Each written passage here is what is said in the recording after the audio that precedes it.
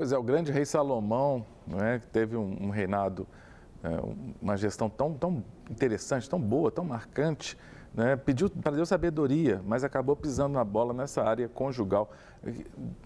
Poxa, é mulher demais para, né? Como é que você sustenta um casamento dessa forma, né? É difícil isso, né? Eu acho que hoje em dia, né, tanto para o homem quanto para a mulher, sustentar um só já é difícil, né?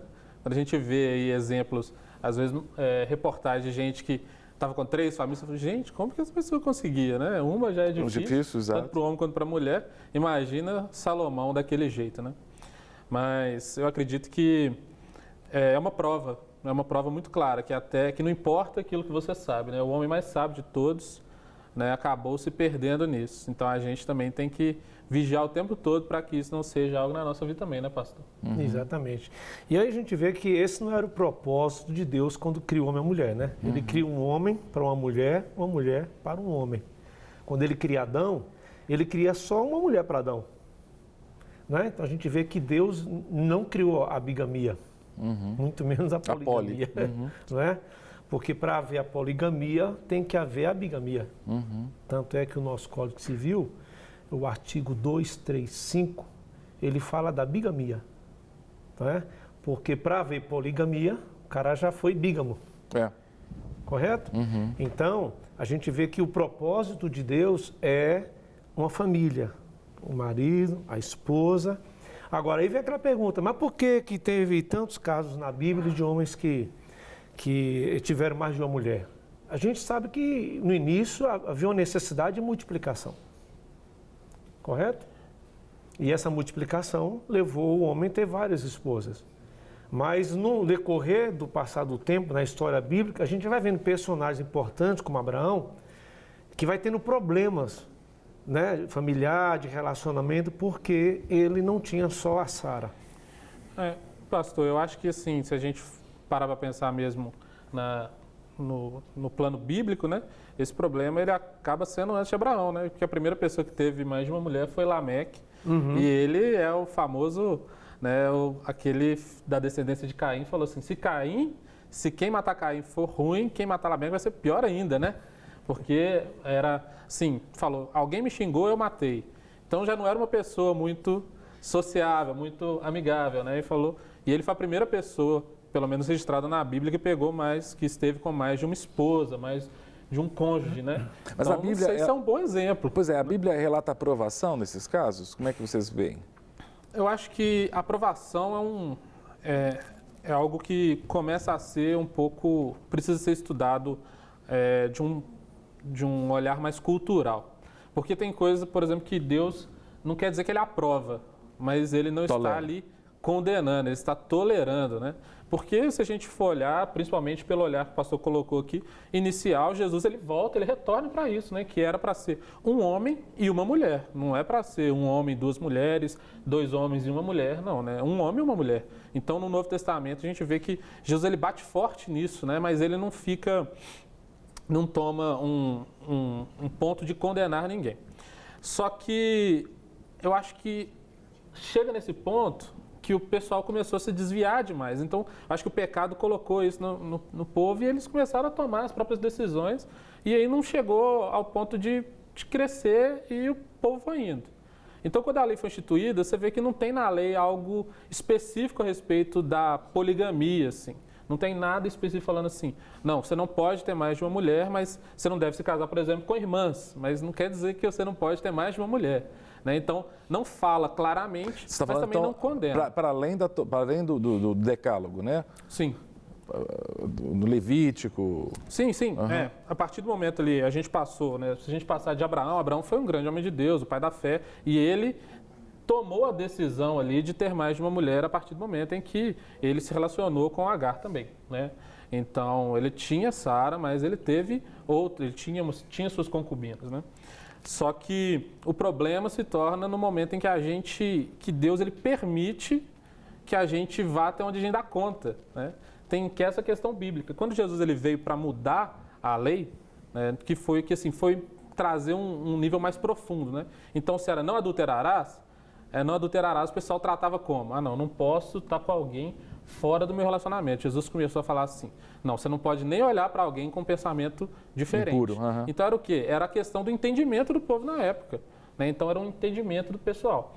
E aí eu acredito que foi muito essa questão, que uma questão cultural que permitia, fala assim, vamos ver até onde que esse povo vai, né? Então eles não dão conta de entender isso, eles não conseguem suprimir isso. E aí foi permitindo, né? Não foi condenando, não foi falando assim, você deve fazer assim ou você deve fazer assado, mas foi tolerando, como você mesmo falou. Eu acredito Uma que coisa foi mais uma questão de tolerar. Uma coisa interessante é a diferença entre um bígamo, né, de um amante. Quando o cidadão tem um amante, é algo escondido, onde o cônjuge não sabe. Mas a bigamia ou a poligamia, para ser tal como se diz, tem que haver o consentimento. Então, naquela época, havia essa cultura do consentimento. Vê que a própria Sara fala, tá aqui, ó, tome aqui, coabite com ela. Né? Exatamente. Correto? Então, para que houvesse a bigamia ou a poligamia, tinha que haver um consentimento. É tanto que a lei condena justamente por isso, que quando há um consentimento, diferente do cidadão que tem um amante ou um amante. É algo escondido. Então, eu acredito que, assim, foi naquele período, naquele momento de multiplicação, mas eu concordo aqui com o pastor Mateus, que o homem vai pegando isso aí, ele vai deturpando. E aí a lei vem, Deus vem, Jesus vem e fala, peraí, vamos botar ordem na casa aqui. O próprio Paulo, né, ele vem, põe ordem na casa. E aí a gente chega ao entendimento que dentro da Bíblia é um homem e uma mulher. Sim. O islamismo, por exemplo, são 4 mulheres para um homem. O islamismo, ele permite que um homem tenha 4 esposas. Uau. Não é? Ou seja, aí é a poligamia, né? Que acima de 3 esposas é poligamia. Abaixo de 3 esposas é considerado bigamia. Os mormons também, embora hoje não é mais oficial, né? Os mormons hoje, há uma lei, não lembro agora a data, onde isso foi extinto, mas nos bastidores ainda se aceita. E era interessante a linguagem dos mormons, que era permitido o marido ter mais esposas, porque, por exemplo, na doutrina deles, aquela mulher que ficou solteira aqui na terra, lá no céu, ela se tornaria empregada. Eita! Se tornaria empregada da casada. Então havia esse entendimento de que, então, já que, né, vamos deixar a coitadinha lá no céu ser empregada, então vou casar com ela também, para que lá no céu ela seja uma patroa, uma empregada. Interessante. Bom, você quer mandar perguntas para a gente, mandar perguntas para o pastor Joá, pastor Mateus, mande para o nosso WhatsApp, 31 98402 9756. 31 98402 9756. Estamos conversando sobre poligamia, bigamia, poligamia na Bíblia, não é? E você pode mandar a sua pergunta, mandar a sua opinião. Estou com o meu WhatsApp aqui aberto, pronto para receber todas as mensagens, como, por exemplo, a mensagem da Marcela, do Caiçara, que diz assim, top, pastor Mateus, glória a Deus por sua vida. É do Caiçara, deve frequentar a juventude lá da igreja. É, né? Da minha família aí. Né? Ah, é parente, é da grande família, é dos Castro, da família Castro. Tá vendo, né? Tá entrando. Tá entrando. Então, faça como a Marcela, mande a sua mensagem, 984029756. E quem não manda pelo WhatsApp, mas manda pela TV mesmo, é ela, Risa Castro, que direto da redação manda uma pergunta pra gente. Oi, Cássio, boa tarde. Então, as diversas esposas de Salomão são uma base bíblica para a poligamia? Risa Castro, que não é parente, deve ser Castro. Marcela é minha irmã, né? Risa, não sei. A Risa é jornalista aqui, deve ser não sei. Parente, lógico. Agora, a Risa traz a questão de Salomão, que é a questão clássica, embora a gente saiba que não seja o único caso. É base para poligamia, vocês entendem? Eu acredito que não. Por quê? Eu acredito que a gente também precisa olhar a partir daquilo que a gente falou, né? Se a gente for ver o avanço da própria lei instituída ali e transformada por Jesus, né? Na época de Salomão, e a gente vê no próprio Davi também foi um homem que se casou com várias mulheres, né? Ele teve Abigail, ele teve a filha de Saul, que eu esqueci o nome dela, mas ele também teve essa questão e eu vejo claramente assim, que a lei ela não estava muito... Tinha algumas coisas ainda que precisavam ser renovadas no povo. Né? Tanto que depois, se você pega nos livros de Reis e também no livro de Crônicas, você vê que Josias, por exemplo, ele traz algo, uma questão do culto, da Páscoa, que Davi não tinha tido, que Salomão não tinha tido, que tinha tido só na época de Samuel. Né? Então, assim, teve algumas coisas que se perderam pelo caminho. Eu acho que essa questão da poligamia foi uma delas, que a gente não vê isso muito retratado no Novo Testamento. Agora é interessante, né? Pulando lá do Antigo... Porque é interessante, a gente está falando sempre do Antigo Testamento. Sim. Você não vê eventos de poligamia na igreja. E hoje em dia, no nosso país, por exemplo, é proibida a poligamia. Por quê? Você sabe? Eu acredito que é algo que, como a gente está falando, é algo cultural. A gente fala de uma igreja, e a Bíblia toda também dá localizado geograficamente ali no Oriente Médio, onde ainda hoje é algo culturalmente aceito em muitas culturas ali, em muitos países ali. Né? Mas se a gente pegar para o nosso estilo de governo e modelo, que é um ocidental, um europeu ocidental, isso aí já não é algo muito comum, né? Não é algo muito natural. Então, para a gente, se torna uma questão cultural. Fomos colonizados por portugueses e trazemos essa cultura em nós. Aqui no Brasil não é assim, se você pegar a América Latina não é assim, a América anglo-saxônica não é assim, né? Os Estados Unidos também é monogamia. Então a gente acaba vendo que é algo bem cultural mesmo, bem da nossa cultura. A gente colocar a África, algumas culturas de países africanos, a gente vai ver que também tem poligamia. Mas a nós, que a gente trouxe mesmo, que é tanto da colonização, isso aí vê que... Pastor, a gente fez uma pesquisa, o que acontece? Hoje no mundo existem 50 países onde a poligamia é oficial.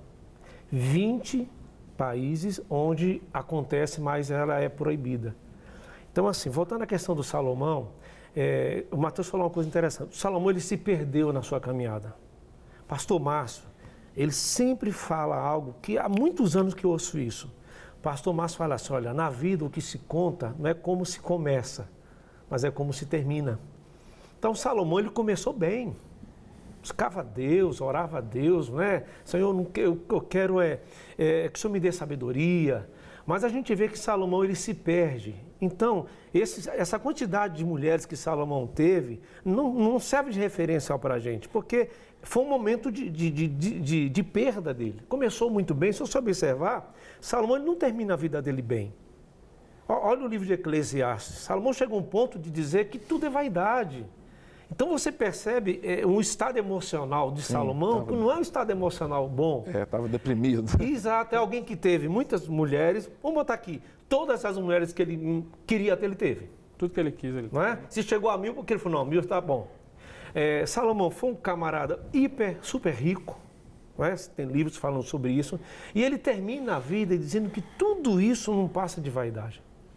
Então, um cidadão que começou bem a vida, tinha tudo para dar certo na vida, mas aí vem um deslize. E outra coisa que a gente vê no livro de Reis, é que vai dizer o seguinte, que por conta dessa quantidade de casamentos que ele teve de mulheres, ele deixou de adorar o Deus verdadeiro e passou a adorar o Deus dessas mulheres.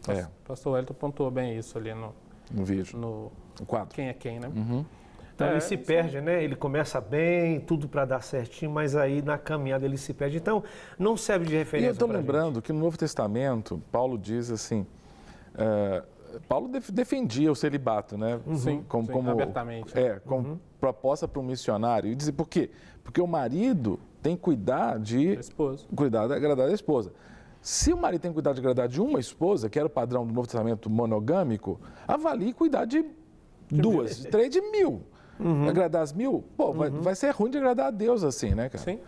Sim, e isso é muito interessante mesmo, porque como Paulo ele aponta isso, ele fala que o solteiro cuida das coisas do Senhor, né? O solteiro, então, está ali cuidando da obra do Senhor, e isso é algo que a gente tem que incentivar os nossos jovens, os nossos adolescentes de hoje a ter essa visão, né? Não é uma visão de desespero para casar, para estar assim. Invista no reino. É uma visão realmente de você investir nas coisas de Deus. Mas o casado, ele obviamente tem que cuidar tanto o homem da sua esposa quanto a mulher do seu marido, né? De agradá-lo, de fazer o melhor para ele.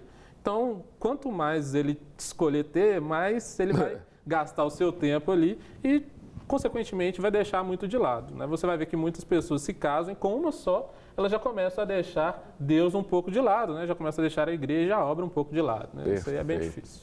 Bom, Para receber todas as novidades do canal, inscreva-se e se curtir o vídeo, clique em gostei. Aproveite para acompanhar a Rede Super nas redes sociais.